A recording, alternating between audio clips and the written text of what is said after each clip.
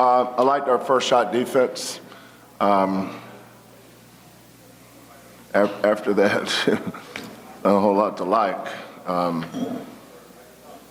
TCU is a really good offensive rebounding team, but I was disappointed with our physicalness and blocking out. We're playing small, without Arsenault, without Tugler, and without Walker. Those are three of our better rebounders. So we're not as good a rebounding team as we were. People say, well, we're this team, we're this rebounding team. We're not that team anymore. That's probably where we missed all three of those guys. The two games Arsenault, previous two games he played before he tore his Achilles, he had 19 rebounds. That's what he does. He's a really good rebounder. Walker might be our best offensive rebounder per minutes played. Tugler, probably he and Roberts are our two best rebounders, period. So I know we're not as good a rebounding team, but just disappointed with tonight. Even if our guards can't get it, that's okay. Just make sure they don't. Be more physical with your blockouts. But, our defense was good. Thought we shared the ball well.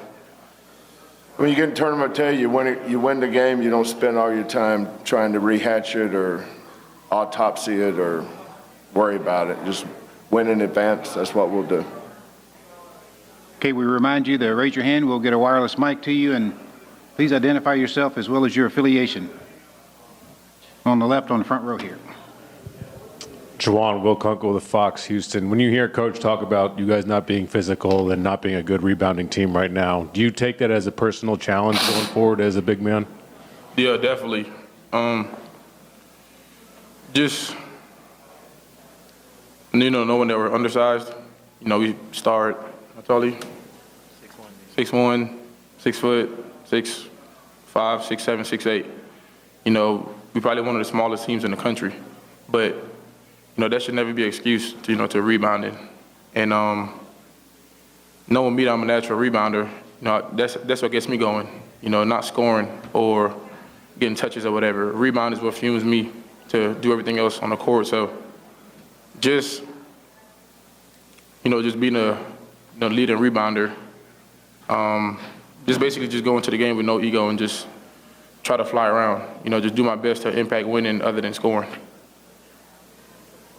Let's go to the fourth row on the left. Justin Williams from The Athletic. Coach, you've talked this year about maybe thinking that Jamal wasn't getting the credit or attention that he deserved for the way he was playing. Between some of the conference awards and the way the season has gone, do you feel like that's shifted a little bit?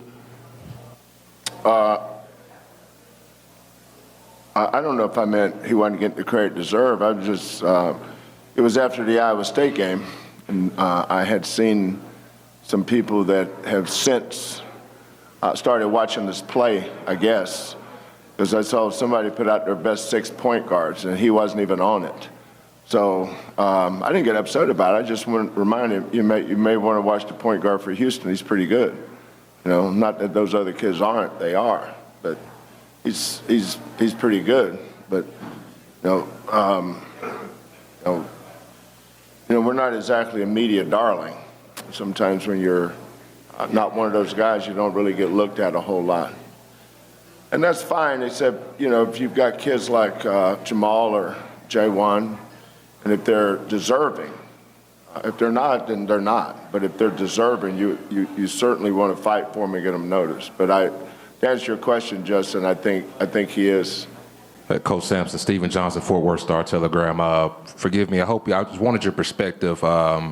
Veteran coach, obviously have a successful program. I was wondering, can you kind of just speak to what you've seen from the job Jamie has done at TCU, building that program well to where they could actually guys beat you and compete with you guys today? What was the last part? Shouldn't say compete with you guys today, but I meant just how he's built his program up to where. Well, it's nothing about us. We won a bunch of games this year that we could have easily lost. So we're not running around here thinking we're God's gift to Big 12 basketball, because we're not. We could have easily lost at BYU, at Texas. There's the other overtime game. Baylor. sometimes you got to put yourself in those positions to win, and we have. But I've always admired and respected Jamie Dixon. I really have. He's somebody that I've known for a long time in this business.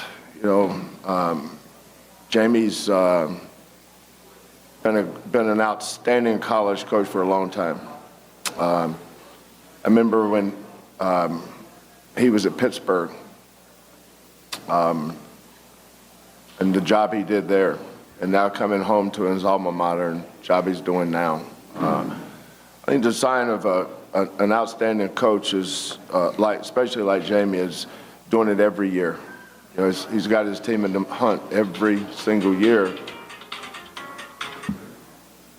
If you were a player, you'd have to run a shuttle or having your phone on, but I'm going to let you go. Okay. But if you had your phone on and we were in a meeting like this and it was one of my players, I'd be in trouble. Somebody's trying to tell me something about our next press conference. Yeah, just make sure it's off. But I think Jamie's one of those guys that when you think about a really good coach, you think of Jamie Dixon. Let's go back over here to the left, and then we'll come back to the right. Jamal, you've been part of deep NCAA tournament runs. Obviously, you guys had a lot of success in the regular season. Being in the Big 12 tournament for the first time, any different approach from you or the team in general from what you maybe done in the past in the AAC? I think for the past 4 years that I've been here, we approached every game the same. Like we said at the beginning of the year, Big 12 is just a lot harder competition at a consistent level. But no, nothing different preparation-wise. We try to look at our matchups, identify something that we can do to help us win, and then try to go out there and execute. So our preparation is usually the same, just about going out there executing what we work on. Juwan, after losing TCU back in January, and now with this game here, and this being the only loss that you guys haven't avenged, of course, there's enough motivation being in the tournament. But was there a little extra juice for you guys going into this game at all? Not really. We just kind of treat every game the same. It's not. This game is more important than this other game. Every game is important the same way. And we played them probably early, January. And we just saw them again. And, I feel like when we played at TCU, we just probably didn't execute how we were supposed to. We ended up losing. So just playing them the second time is just adjusting. And like Coach always says, it's not we're playing against TSU. It's not playing against TCU. It's just looking at your matchups and trying to win your matchup. And that's basically what we hang our hats on. If Jamal's guarding so-and-so, dominate your matchup and dominate whatever it is. And it's just how we approach every game. Coach Pete Christie from KCBD, can we just get your thoughts on facing Texas Tech now in the semifinals tomorrow? Yes, another team. It's been so long since we played them. I have to go back and look at the film. I remember Jamal played really good. I don't remember a whole lot about that game. I think Texas Tech was our second game or third game. So that was, 15 games ago. And then our next one was Tech. But Texas Tech is a lot like TCU, outstanding coach. But that's this league, isn't it? Everybody's got a good coach in this league. They're all really, really good coaches. Great home court advantages was what makes our league unique. But, like them, they probably won't remember a lot about us until they go back and watch film. We'll go back, watch film, figure out, come up with something that we need to do, and go play them tomorrow. Okay, we got time for two more questions. First one will be here on the right. Greg Eklund for AP Broadcast. Coach, you use the term media darling. You're number one, you're regular season champion. Why don't you feel Houston is a media darling? I don't know. I have no idea. It's not that important either. I probably shouldn't have said it. It's kind of one of those throwaway statements. I don't really care whether we are or not. I'm just glad we beat TCU today. at Texas Tech tomorrow. We'll go do the best we can. That's a game that we certainly can lose. You know, Texas Tech's good enough to beat us. We're going to certainly have to play a lot better than we did today. Okay, last question. Right here on the left. Coach, you mentioned some of the injury struggles you guys have had this year. We saw Kansas shut a couple guys down this week in preparation of getting them ready for next week. Do you have any concerns with kind of the grind that this conference can have when you already have a little bit of a shorter roster? We thought about it. You know, we have no margin of error.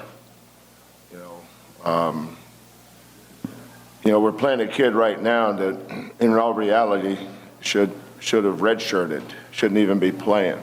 Started playing basketball when he was 15 years old. He just has no experience. He's a freshman that we had no intention of playing whatsoever this year, and now he's our first big off the bench. But it just so happened that 3 guys that we lost all played up front. We didn't lose any of our guards, which is our issue with rebounding right now. That's why I don't overreact to it. If somebody will lead off their story tomorrow about our rebounding, that's not the story. The story is we won, and that we're still turning teams over, and we're still playing defense. In the second half, we were better, but Juan had 10. Juan's had games where he had 20. He's probably going to have to bump up, and we'll talk about that. He and JVA are going to have to rebound more. Maul's had games where he's had 10 defensive rebounds. That's got to be more of an emphasis. But, when you come to a Big 12 game, first-round game against any of these teams, they're all good. They're all really good. You win by 15, you just move on to the next one, man. I'm not going to spend 2 minutes worrying about any of this stuff. Just get ready for a really good Texas Tech team.